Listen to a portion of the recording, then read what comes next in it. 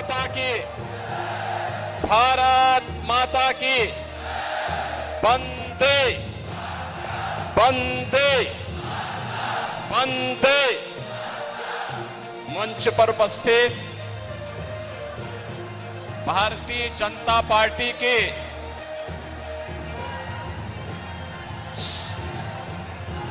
लोकप्रिय प्रत्याशी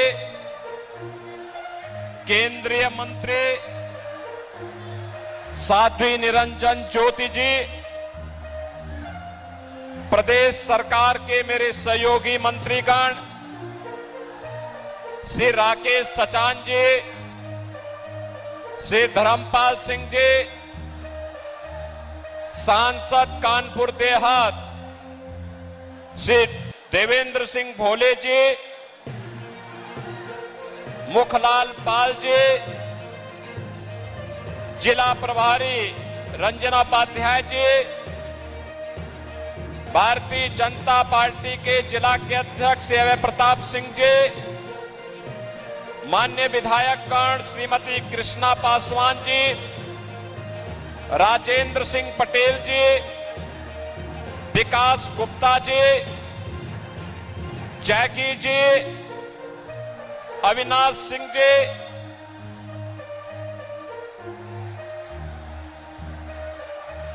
पूर्व विधायक और पूर्व मंत्री श्री रणवेंद्र सिंह ढुन्नी सिंह जी, पूर्व विधायक विक्रम सिंह जी, पूर्व विधायक आनंद लोधी जी, पूर्व विधायक करण सिंह पटेल जी, आदित्य पांडे जी, दीपक कुमार वर्मा जी, भारतीय जनता पार्टी और एनडीए के हमारे सभी सहयोगी दलों के पदाधिकारीगण भारी संख्या में आज यहां पर उपस्थित फतेहपुर लोकसभा क्षेत्र से जुड़े हुए मेरे सभी उपस्थित बहन और भाइयों, ऋषि मुनियों, देश की स्वाधीनता संग्राम सेनानियों, मां गंगा और यमुना के बीच में बसे हुए इस पावन धरा को, जिसे राष्ट्र कवि सोहनलाल द्विवेदी ने अपनी साहित्य सृजन के माध्यम से एक नई पहचान दी, इस पावन धरा को कोटि कोटि नमन करते हुए आप सबके उत्साह के लिए मैं आपका हृदय से अभिनंदन करता हूं, स्वागत करता हूं। बहनों और भाइयों, लोकसभा चुनाव के अब तक 4 चरण पूरे हो चुके हैं, 3 चरण बाकी है, लेकिन परिणाम के बारे में हर व्यक्ति निश्चिंत है, क्योंकि पूरे देश के अंदर कहीं भी आप जाएंगे,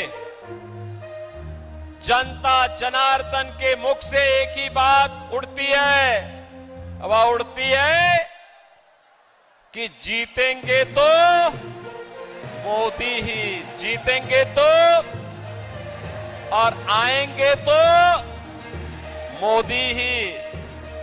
और जब लोग पूछते हैं कि भाई क्यों मोदी ही क्यों आएंगे, तो जनता जनार्दन कह उड़ती है, जो राम को लाए हैं हम उनको लाएंगे। सचमुच हम अभिनंदन करते हैं अपनी जनता जनार्दन का, जिन्होंने भारत के यशस्वी प्रधानमंत्री और दुनिया के सबसे लोकप्रिय राजनेता मोदी जी को 10 वर्ष की लगातार सेवा के बाद हर बार ज्यादा उत्साह से चुनाव जिता करके भेजा है। और बहनों और भाइयों, इसीलिए इस बार अब की बार 400 पार के अभियान को आगे बढ़ाने के लिए जनता जनार्दन कमर कसी है। बहन और भाइयों, कोई संदेह नहीं, पूरे देश के अंदर लोग बोल रहे हैं कि मोदी जी ने देश की कायाकल्प की है, देश का सम्मान बढ़ाया है, देश की सीमाओं की सुरक्षा पुख्ता की है, आतंकवाद और नक्सलवाद पर नकेल कसी है। और यही नहीं, विकास के नए नए कार्य किए हैं, highway, railway, 1 district 1 medical college, AIIMS, IIM, IIT, IIIT, NIT और वर्ल्ड क्लास यूनिवर्सिटी के साथ साथ आज मोदी जी के नेतृत्व में हर घर नल की योजना भी जगह जगह लागू हो रही है। हर घर में नल होगा, नल में जल होगा और जल भी RO का होगा। बहनों और भाइयों, गरीब कल्याणकारी योजनाओं की तो कोई हिसाब ही नहीं। याद करिए, ये जो चुनाव मैदान में आए हैं समाजवादी पार्टी और कांग्रेस के लोग,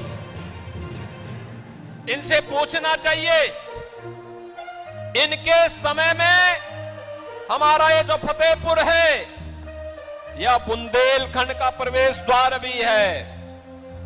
इनसे पूछा जाना चाहिए कि यह क्षेत्र माफियाओं के शिकंजे में क्यों था। यहां खनन माफिया था, यहां खाद्यान्न माफिया था, यहां पे भू माफिया हावी होते थे, यहां पे अराजकता चरम पर थी, बेटी और व्यापारी की सुरक्षा खतरे में पड़ी थी, गरीब भूख से मरता था, किसान आत्महत्या करता था, नौजवान पलायन करता था और व्यापारी से रंगदारी वसूली होती थी। समाजवादी पार्टी की सबसे बड़ी विशेषता क्या कि समाजवादी पार्टी ने नौजवानों के हाथों में तमंचे पकड़वा दिए। बहनों और भाइयों, ये तो भाजपा की सरकार है। भारतीय जनता पार्टी ने नौजवानों के हाथों में टैबलेट पकड़वाया है। स्मार्ट यूथ आज उत्तर प्रदेश और देश के विकास में अपना योगदान दे रहा है। बहनों और भाइयों, एक कांग्रेस के समय, समाजवादी पार्टी के समय जो राशन माफिया हावी थे, आज उनकी छुट्टी, आज 80 करोड़ लोगों को देश के अंदर फ्री में राशन की सुविधा का लाभ प्राप्त हो रहा है। 60 करोड़ लोग आयुष्मान भारत में 5 लाख रुपए की स्वास्थ्य बीमा प्राप्त कर रहे हैं। बहनों और भाइयों, 50 करोड़ लोगों के जनधन अकाउंट खुल गए। 12 करोड़ किसान आज किसान सम्मान निधि का लाभ प्राप्त कर रहा है।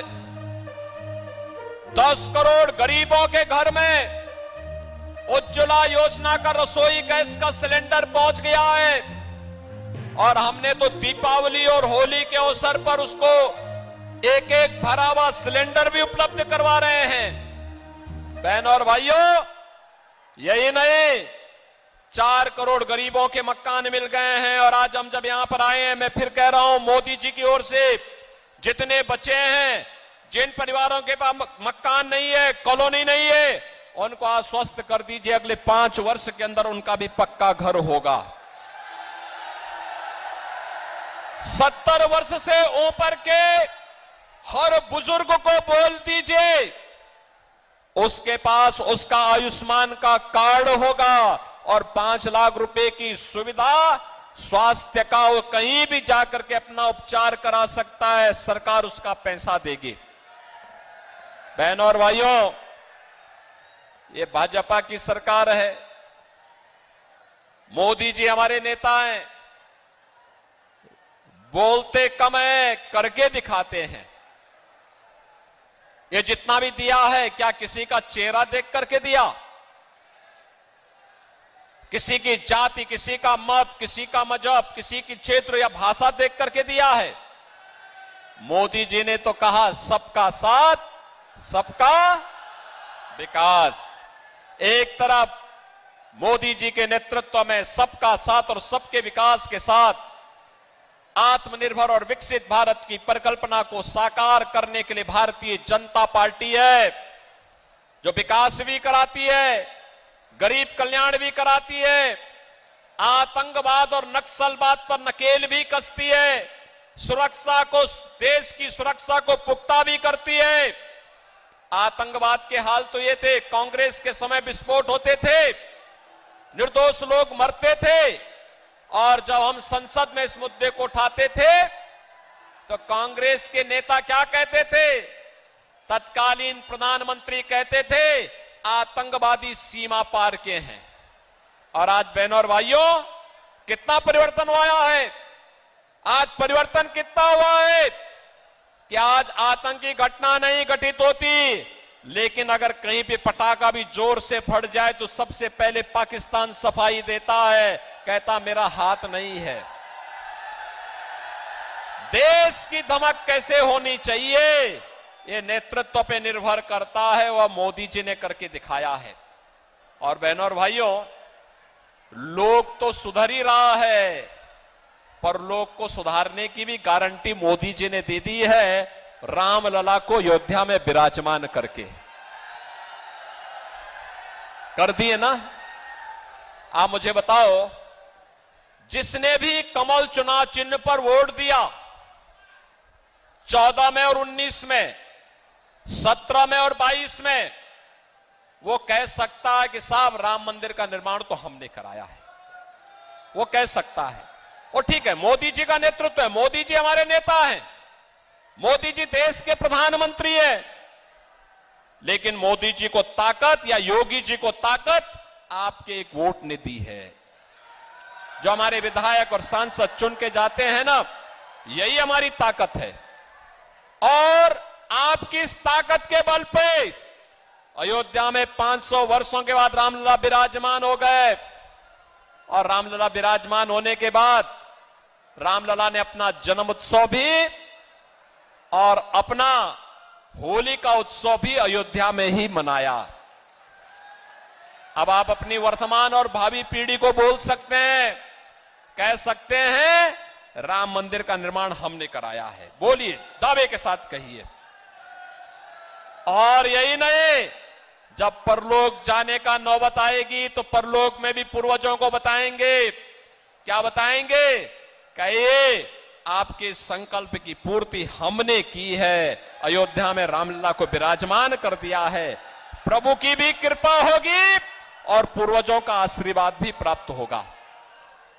बहनों और भाइयों, भारत की सफलता पर, भाजपा की सफलता पर कांग्रेस और इंडी गठबंधन को अच्छा नहीं लग रहा है। वे सब बौखलाए हुए हैं, गुमराह करने वाले वक्तव्य दे रहे हैं, अनर्गल प्रलाप कर रहे हैं। और अब तो हालत ये हो गई है, आप सोचो, मैं फतेहपुर में आया हूं, ये मेरी चौथी सभा है आज की, और समाजवादी पार्टी को सभा करने के लिए कहीं जगह नहीं मिल पा रही है, जनता जनार्दन नहीं आ रही है। जनता जनार्दन करिए भैया, आप लोग घर में ठीक हैं, आप बाहर निकलेंगे तो सुरक्षा को खतरा हो जाएगा। जनता जनार्दन की जनता जनार्दन ही नहीं मिल रही है, और इसीलिए अब वे केवल प्रेस वार्ता तक सीमित हो गए हैं। कल मैं कांग्रेस और समाजवादी पार्टी के अध्यक्षों की प्रेस वार्ता देख रहा था। प्रेस वार्ता में कुछ भी नया नहीं, केवल वही रटी रटाई बात, गरीबी हटा देंगे। अरे पिछले 54 वर्षों से देश इस नारे को सुन रहा है, गरीबी तो हटी नहीं। भारत को धमकी देते हो कि पाकिस्तान के पास एटम बम है, भारत को धमकी देते हो कि पाकिस्तान के एटम बम है, पाकिस्तान के खिलाफ मत बोलो। अरे कम से कम कुछ तो रहम करो अपने पे। ये नया भारत है, छेड़ता नहीं है, लेकिन कोई छेड़ेगा तो छोड़ता भी नहीं है। और आज भी मैं एक प्रेस वार्ता सुन रहा था समाजवादी पार्टी के अध्यक्ष की और आम आदमी पार्टी के अध्यक्ष की। आम आदमी पार्टी के अध्यक्ष अरविंद केजरीवाल जी इस समय अभी अभी जेल से छूटे हैं, तो जेल का साइड इफेक्ट उनको हो रहा है। साइड इफेक्ट इस रूप में, उनको यह लगता है सत्ता ही उनके लिए सब कुछ हो गई है। उनको यह लगता है कि सत्ता अब उनकी गई तब गई, अब अपनी सत्ता के साथ मुझे जोड़ते हैं। अरे भाई अरविंद जी, मैं तो एक योगी हूं। मेरे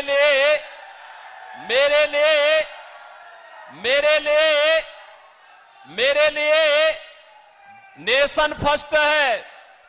देश के लिए, सनातन हिंदू धर्म के लिए एक बार नहीं 100 बार, एक जन्म नहीं 100 जन्म में हम सत्ता को ठुकरा सकते हैं, लेकिन देश और सनातन धर्म के लिए अपना सर्वस्व न्यौछावर करेंगे।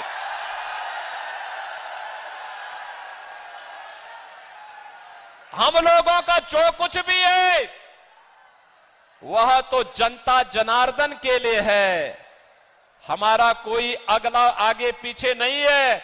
जो कुछ है जनता जनार्दन के लिए है। जैसे पहले थे वैसे ही आगे भी रहने वाले हैं।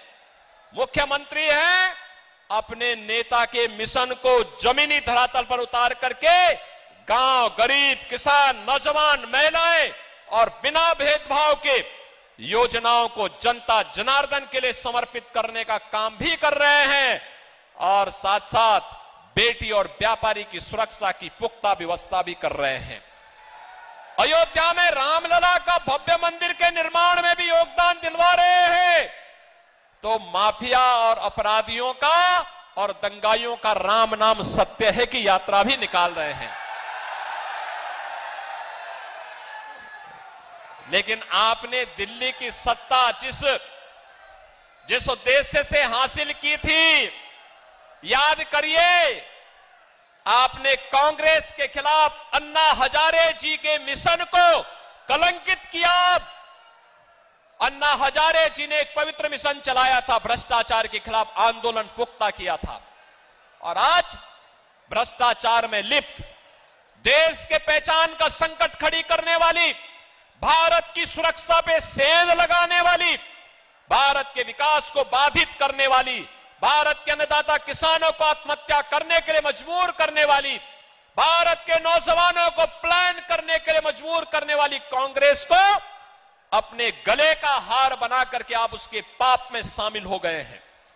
और यही कारण है, देखो, संगति का असर तो पड़ता ही पड़ता है। कांग्रेस के भ्रष्टाचार में लिप्त हो गए तो स्वयं भी लिप्त होते होते जेल की शिक्षों के अंदर चले गए, और जेल के साइड इफेक्ट को मुझ पे थोपने का प्रयास कर रहे हैं। मुझ पे मत थोपिए, लेकिन एक बात मैं जरूर बोलता हूं कि दिल्ली की जनता बड़ी सुकून से थी। आप फिर बाहर आ गए हैं। आपकी खांसी से दिल्ली की जनता भी खांसते हुए दिखाई दे रही है, हाँफते हुए दिखाई दे रही है। क्या कर दिया है आपने दिल्ली को? अरे आपको स्कूल का मॉडल देखना है तो मोदी मॉडल देखो। अटल आवासीय विद्यालय मोदी जी के मार्गदर्शन में जो यूपी के अंदर बने हुए हैं। ऑपरेशन कायाकल्प के अंतर्गत 1,36,000 विद्यालयों का जो ऑपरेशन कायाकल्प हुआ है, आकर के कभी यूपी में टहल तो लो, देख तो लो। वैसे विधानसभा चुनाव में अपने भाग्य को आजमा चुके हो। उत्तर प्रदेश की जनता जनार्दन ने मोदी जी का समर्थन किया है, आपके प्रत्याशियों की जमानत जब्त करवाई है, और आपको कहा है कोई आपके लिए ठिकाना यूपी के अंदर नहीं हो सकता है। और इसीलिए मैं आपसे फिर कहूंगा, आपको अन्ना हजारे के मिशन को आगे बढ़ाना चाहिए था। दिल्ली की जनता को स्वच्छ माहौल देना चाहिए था। अगर तुलना दूर मत करिए, आपने 15 वर्ष में दिल्ली को कितना नारकीय स्थिति में पहुंचा दिया है। आज दिल्ली की तुलना आप नोएडा गाजियाबाद से ही कर लीजिए, उत्तर प्रदेश की बात तो छोड़ दीजिए, बहुत स्पष्ट नजर आएगी फर्क क्या है। और इसीलिए मैं आपसे कहूंगा, ये जेल के साइड इफेक्ट का आपको आनंद से शांत भाव के साथ उपचार कराना चाहिए। और मैं तो आपको फिर यही कहूंगा, देश की आवाज यही है, जीतेंगे तो मोदी, जीतेंगे तो और आएंगे तो, क्योंकि जो राम को लाए हैं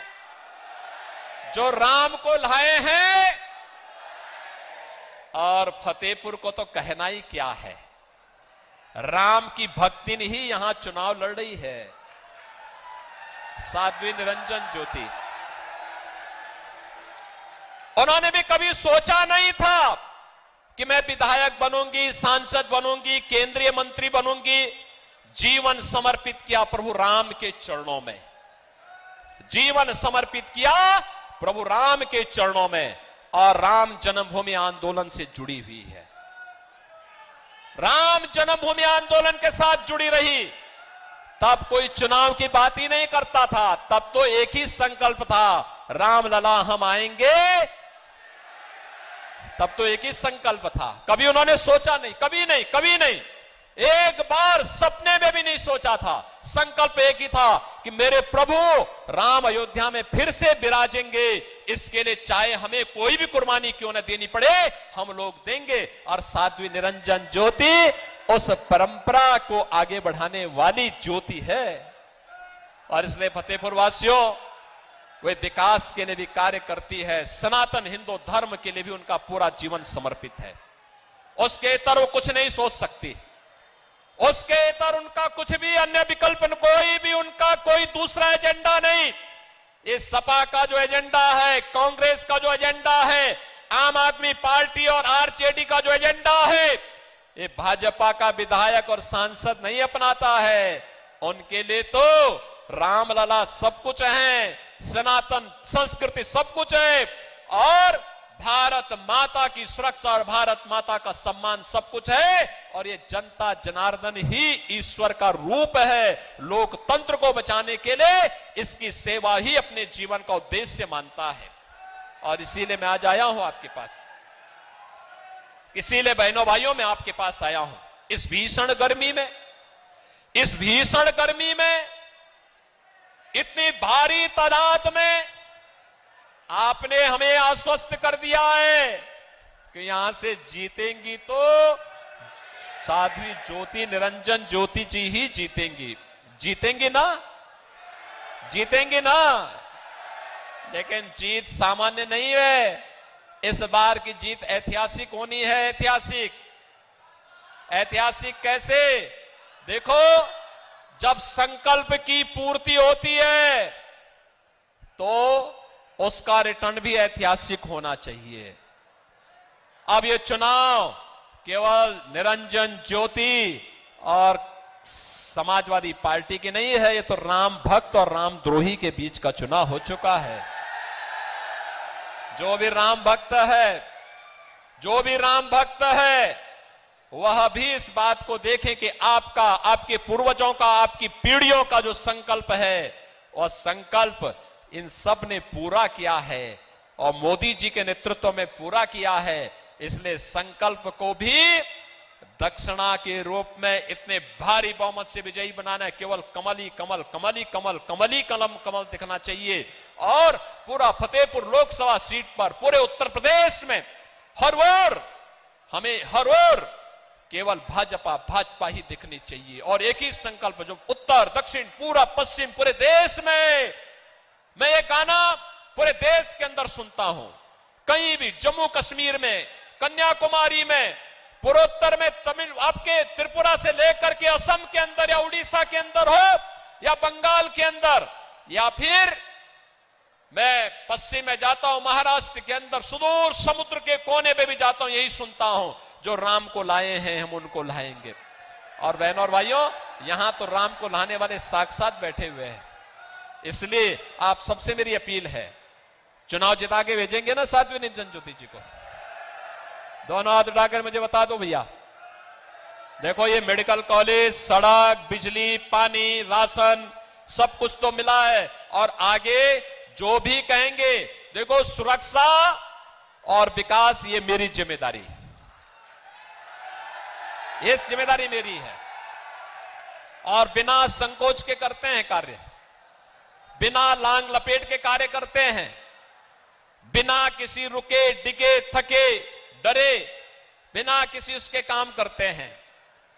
जो जनता की सुरक्षा के लिए खतरा है, हम उसको कहते हैं यार तुम्हारा धरती पे रहना बेकार है, जाओ कहीं और की यात्रा करके आ जाओ। वो स्वीकार्य नहीं। केवल और केवल जनता जनार्दन के, सब कुछ राष्ट्र के नाम, सब कुछ जनता जनार्दन के नाम, सब कुछ प्रदेश के विकास के नाम, और प्रदेश के विकास का मतलब फतेहपुर का विकास। और बहनों और भाइयों, इसीलिए हम लोग आपके पास आए हैं, इस अभियान को आगे बढ़ाना है और इसके लिए भारी बहुमत से विजयी बनाना है। बनाएंगे, बनाएंगे। जहां तक आवाज जा रही है, दोनों हाथ उठाकर मुझे एक बार आश्वस्त करो। लेकिन इसके लिए आपको दो काम करना होगा। एक, घर घर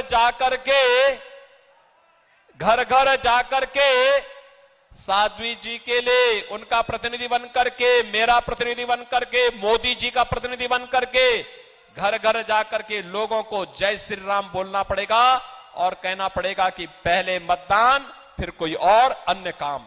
बोलेंगे, बोलेंगे, बोलेंगे तो फिर मेरे साथ बोलेंगे, भारत माता की, भारत माता की, भारत माता की जय श्री राम, जय जय श्री राम।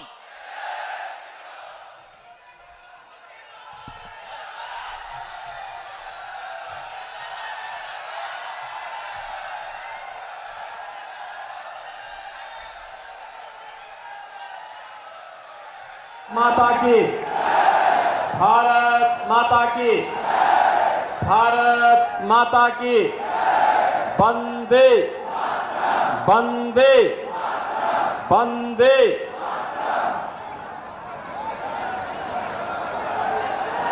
पलानी की तेंदुआरा विधानसभा क्षेत्र में आयोजित आज की इस चुनावी सभा में उपस्थित प्रदेश सरकार में मेरे साथ सहयोगी मंत्री और इस विधानसभा क्षेत्र के लोकप्रिय विधायक श्री रामकेश निषाद जी, लोकप्रिय सांसद हमीरपुर महोबा लोकसभा क्षेत्र से भारतीय जनता पार्टी,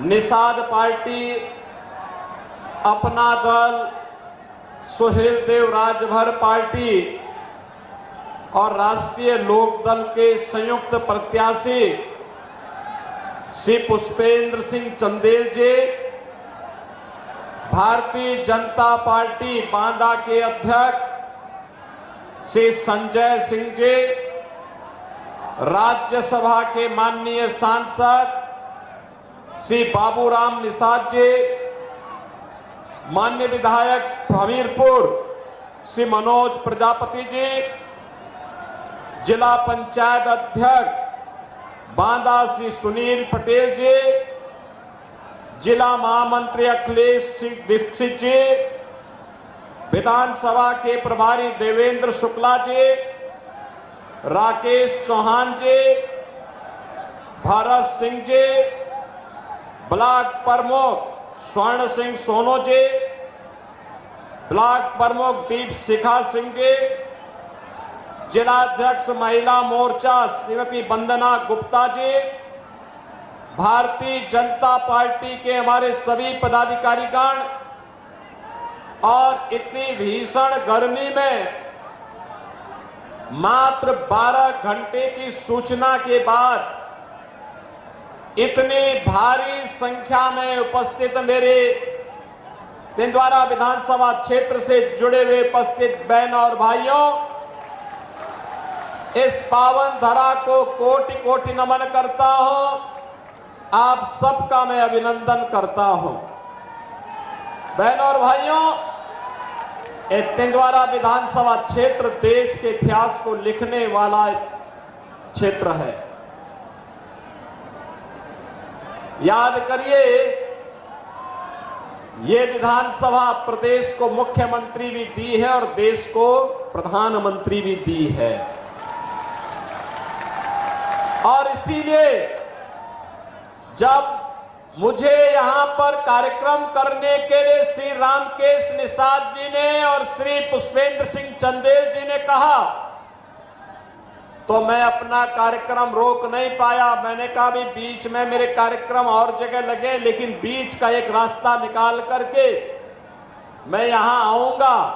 अभी प्रधानमंत्री जी के कार्यक्रम के बाद कौशाम्बी से यहां आया हूं और यहां के बाद अभी फतेहपुर होते हुए फिर अन्य कार्यक्रमों में निकल जाऊंगा।